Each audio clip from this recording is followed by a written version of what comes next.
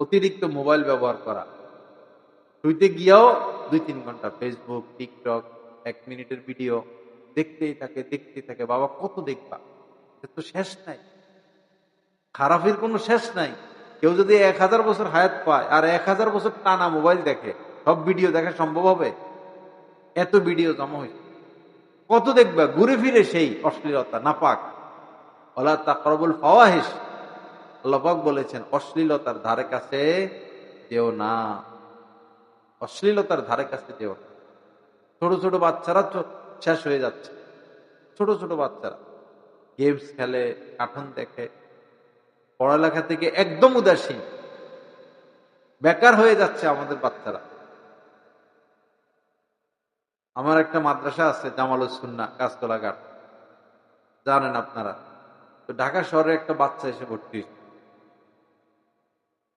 তো বাচ্চাটা খেলাধুলা করে না। যখন বিরতি দেয়, অন্য বাচ্চারা একটু ছুটাছুটি করে, দৌড়াদৌড়ি করে, ও বাচ্চা কোনো খেলাধুলা করে না, শুধু বসে থাকে মাথা নিচে দিয়া। এমনি মাথা উপরে উঠে না, সে সবসময় মাথা নিচে দিয়ে বসে থাকে। পরে কি ব্যাপার, বাচ্চা এটা এমন কেন? কি নর্মাল না প্রতিবন্ধী নাকি? বাচ্চা তো ঠিক আছে, তো এমন কেন? পরে তার মা বলল যে আমরা শহরে থাকতাম তো, এই আমার বাচ্চাটা সারাদিন মোবাইল চালাইতো, মাথা নিচে দিয়া সারাদিন গেমস খেলতো, এরপরে কার্টুন দেখতো, মাথা নিচের দিকে রাখতে রাখতে এখন তার অভ্যাস এরকম হয়ে গেছে। এখন দৌড়ে দৌড়ে ছোটাছুটিও করে না, আর মাথা উপর উঠে না, মাথা নিচের দিকে রাখে।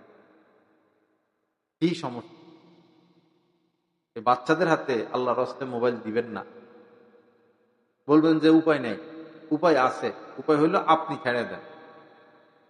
আপনি এই বদভ্যাস ছাড়েন। ঘরগুলোকে টাচ মোবাইল মুক্ত করেন। বিদেশে ছেলের সাথে কথা বলবেন তো কোটি মোবাইলে কথা বলেন, ছোট মোবাইলে কথা বলেন। ঘরে টাচ মোবাইল আইনেই তো আমরা দিলাম শেষ করে।